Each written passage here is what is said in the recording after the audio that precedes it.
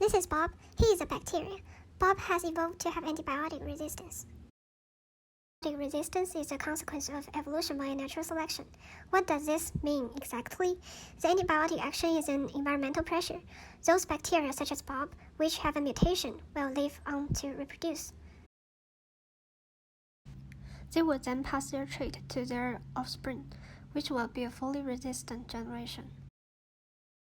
Unfortunately, this is not so great for humans, the antibiotic creators. Bob and his brethren tend to be harmful, and the evolution of resistance against antibiotics makes antibiotics useless in the combat against them.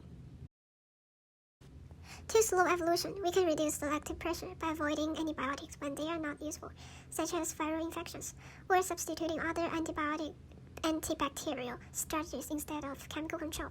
In agriculture, integrated pest management employs physical reduction of insect pests and thereby reduces reliance on insecticides. Hospitals also use this strategy, except they call it hand washing. Another method is to change selective pressures periodically by changing the antibiotic used.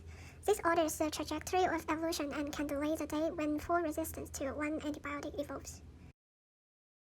Have evolved into multi-drug resistant forms subsequent to antibiotic use. For example, MDR tuberculosis is a major pathogen found in both developing and industrialized nations and became the 20th century version of an old pathogen.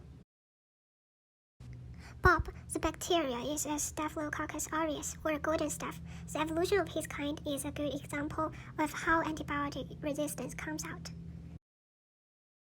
Golden staph can cause infections to the skin, lesions and boils, as well as more serious infections, pneumonia, meningitis. Historically, these infections were treated using the antibiotic methicillin. Bacterial strains developed that were resistant to the antibiotic. The strains proliferated while susceptible strains die out. MRSA infections are now especially present in hospitals and nursing homes, where the use of methicillin was most common. Medical practitioners now prescribe alternate antibiotic agents to treat infections caused by Staphylococcus aureus.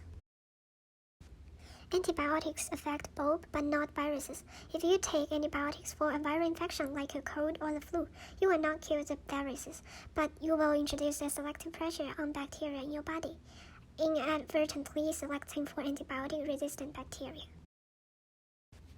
If an infection needs to be controlled with antibiotics, a short-term high-dosage prescription is preferable. This is because you want to kill all of the illness-causing bacteria, leaving no bacterial survivors. Any bacteria that survive a mild dose are likely to be somewhat resistant. Basically, if you are going to introduce a selective pressure, make it so strong that you cause the extinction of the illness-causing bacteria in the host, and not their evolution into resistant forms.